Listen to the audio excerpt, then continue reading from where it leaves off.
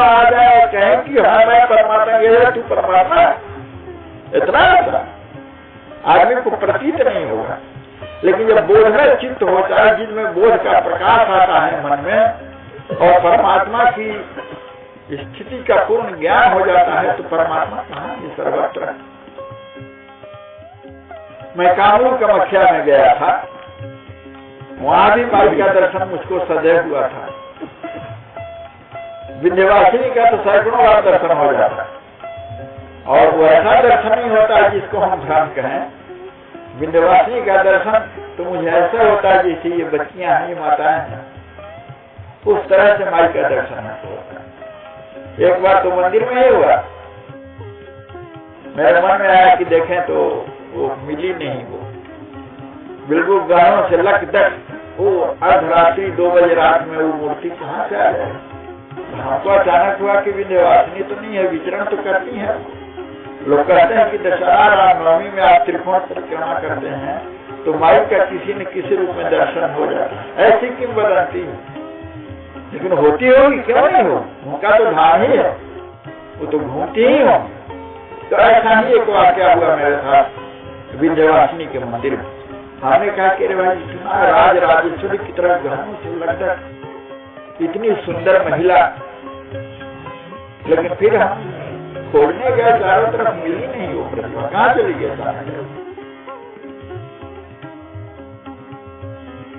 लेकिन जब बोधमय चित्त है, जब चित्त में प्रकाश है भगवान का, भगवती का, तो वो दूर तक सारी क्रियाएं अधूरी हैं। आप बोधमय चित्त, थर्ड फोर्स, उसका अनुभव करें। सुख में उत्तेजित न हो, दुख में उद्विग्न न हो, ऐसा चित्त वाला ही परमात्मा को जान सकता है। और सर्वत्र है, लेकिन ऐसा चित्त आपका है, आप सोचें। अगर ऐसा चित्त है तो मेरे पास इतने सारे लोग क्यों अपने दुखों की जिज्ञासा कराते हैं कि हमको ये दुख है, वो दुख है। दुख वो कुछ नहीं है, सब मन का जो है खेल है। तो परमात्मा के दर्शन संभव है। लोग कहते हैं, बड़े बड़े महात्मा कहते हैं परमात्मा का दर्शन नहीं होता, लेकिन मैं कैसे मानूं?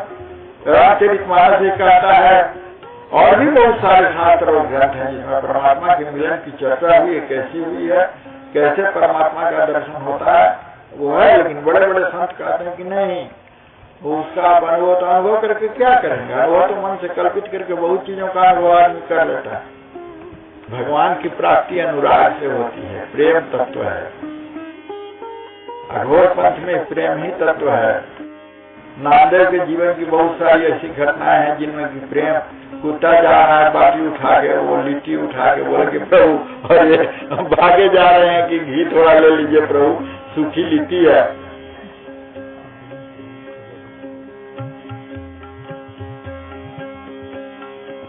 मिला ही ना रघुपति बिनु अनुराग, मिलते तो मिला ही ना, मिलन की बात होगी तभी ना। अगर नहीं मिलते तो तुलसीदास ऐसी गलती क्यों करते हैं? मिला ही न प्रभु बिनु अनुराग, बिना अनुराग के प्रभु की प्राप्ति नहीं होती है। यदि सही में अनुराग है, प्रेम है, कण कण से भगवान की ध्वनि है, तो भगवान के सत्य है, साक्षात में। जीवन में सुख दुख तो सबके आते हैं, मेरे भी जीवन में आए, आपके जीवन में भी आते हैं। लेकिन आप सुख दुख से विचलित होते हैं, सुख से भी विचलित होते हैं, दुख से भी विचलित हैं, क्योंकि आपके चित्त में अभय की प्राप्ति है। अपनी कल्पना से ही आप अपनी चिंता और अपने तनाव से ही भयभीत रहते हैं। ऐसा हो गया तो अरे क्या होगा? यहाँ गया फलाना आदमी, कुछ हो गया तो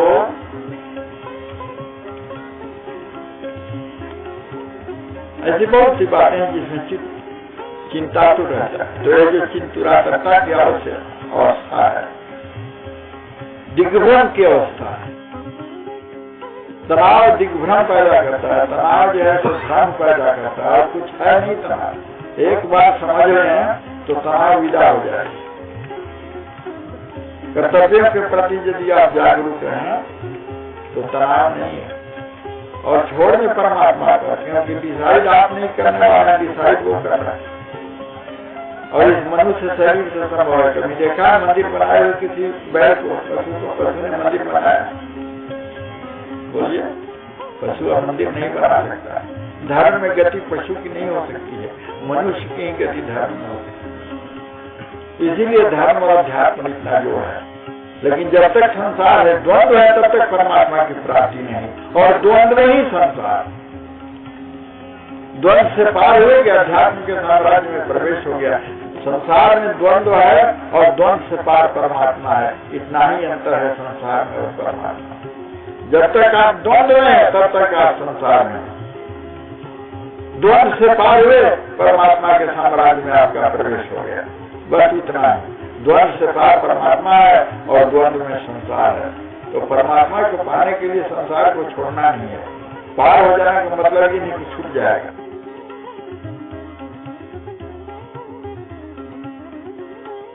पार होने का मतलब इतना है कि आप मत समझे कि हम पार होने वाले हैं, हम ही पार कर रहे हैं। पार कराने वाला कोई थर्ड फोर्स है, पार कराने वाला परमात्मा है, तनाव दूर करने वाला परमात्मा है, भीतर प्रकाश देने वाला परमात्मा है, आपकी जिज्ञासा का उत्तर देने वाला परमात्मा है। उसके अनुसार आचरण कीजिए।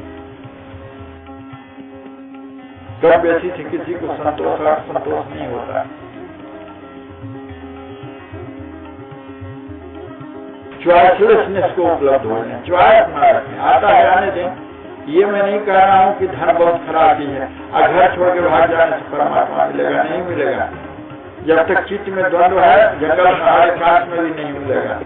आज यदि द्वंद्व एकांत न हो तो संसार में भी परमात्मा छोड़ने की कोई जरूरत नहीं, बिना छोड़े भी मिल जाएगा और छोड़कर भी नहीं मिलेगा, क्योंकि यह की स्थिति है, वो एक कंडीशनिंग है। कंडीशनिंग है कि द्वंद्व से पार होगा। जब तक द्वंद्व है तब तक परमात्मा नहीं है, तब तक संसार। चाहे आप लाख टीका चांदी करें, लाख तंत्र पाठ करें, जो कुछ भी करें, लेकिन चित्त यदि भ्रम में है, आइदर और में है, चॉइस में है, क्या अच्छा या बुरा। आज लोग कहते हैं मेरे शिष्य ज्यादा के सारे मुझे बहुत मानते हैं, अपनी जान से भी ज्यादा एक नहीं सारे शिष्य मानते हैं, मैं किसी एक को नहीं। क्यों मानते हैं? इसलिए मैं द्वंद्व में नहीं हूँ। इसलिए हर एक शिष्य को उतना ही प्रेम करता हूँ जितना किसी को करता है। इसलिए इतनी श्रद्धा, इतना विश्वास मुझ पर है। गुरु जी दुआरे तो ठीक, गुरु जी उबारेंगे तो ठीक। क्यों? प्रेम की अभिव्यक्ति है। जहाँ प्रेम है वहाँ एकत्व है। प्रेमास्पद जो है सो वो भटा हुआ नहीं है। तो जब मैं आप तो उसका आप रेस्पॉन्स देते हैं, हम आपसे प्रेम करते हैं, उसका रेस्पॉन्स में सुन लेता है। न मैं ऊंचा देखता हूँ, न मैं नीचा देखता हूँ, मैं जात देखता हूँ। जो मेरा हो गया, फिर उसके जगह पर कोई सब्स्टिट्यूट नहीं हो सकता। इसलिए इतना रेस्पॉन्स हमको शिष्यों से मिलता है। तो कोई स्थिति एक समान नहीं रहती, चाहे आप जिस स्थिति में वो स्थिति हमेशा नहीं रहे। आज है कल नहीं रहे, 2-4 दिन के बाद नहीं। ऐसा हो नहीं सकता कोई भी स्थिति एक सी बने रहे। इसीलिए भजिए राम पर सकल विहाई, भगवान का स्मरण करें, अपनी साधना को करें और पूछें कि महाराज इस परिस्थिति में क्या हो। उत्तर मिलेगा, मिलता है उत्तर। पॉल ब्रंटन ने एक किताब लिखी। पॉल ब्रंटन शिष्य थे अरुणाचल के महाराज जी के। तो जब इंग्लैंड जाने लगे तो बड़े अधीर हो गए, बोला कि प्रभु अब कैसे होगा, तो मैं जा रहा हूँ इंग्लैंड, अब आपसे भेंट कैसे हो। कहा कि ठीक है, पन्ना कॉपी लो। उन्होंने कॉपी दे दिया हमको। बोला कि जब ध्यान होना तो मुझसे पूछना। 2 वर्षों के बाद पॉल ब्रंटन फिर हिंदुस्तान आए गुरु दर्शन के लिए। तो कहा कि महाराज यह तो बड़ा चमत्कार था, क्योंकि आप फोटो से मैं पूछता था और मुझे उत्तर मिलता था। मैंने बहुत संभाल के हिसाब के आदेशानुसार कॉपी में लिख लिया है कि मैंने क्या पूछा, उनका क्या उत्तर मिला। तो गुरु महाराज ने अपने आसन से एक कॉपी निकाली, उसी का डुप्लीकेट है। बोला कि देखो तो ये ठीक है। बोला कि हाँ महाराज, तो यही सब चीज है जो हमने लिखा। मैंने पूछा, आपने जवाब दिया। तो ऐसा आप न सोचे कि हम आपके साथ होंगे तभी, बल्कि साथ में हम बहुत कमजोर हैं। आप मेरे फोटो से पूछें, वो आपको जवाब देगा, लेकिन थोड़ा ध्यानस्थ हो जाए, एकत्व की भावना लागे कि मेरे जी, जैसे कि अर्जुन ने कृष्ण पर पूरा विश्वास किया, जब ऐसा विश्वास करके आप प्रश्न पूछते हैं तो उत्तर मिलेगा, पक्की बात है मिलेगा। इसीलिए मैंने कभी अपने प्रवचन में कहा था कि मेरा फोटो मुझसे ज्यादा शक्ति संपन्न, अगर उससे आप मांगेंगे वो देगा। जो भी प्रश्न पूछेंगे जवाब मिलेगा, लेकिन उसको पकड़ना आपका काम है, वे पकड़ना आपके चित्त का काम है। थोड़ा सा ध्यान रखो, मुझसे पूछ, मेरा ध्यान करें, मुझसे पूछें, और जो मैं कहता हूँ उसको लिख लें या उसको याद करें, उसके अनुसार आचरण करें तो मिलेगा। आज क्या बस इतना ही।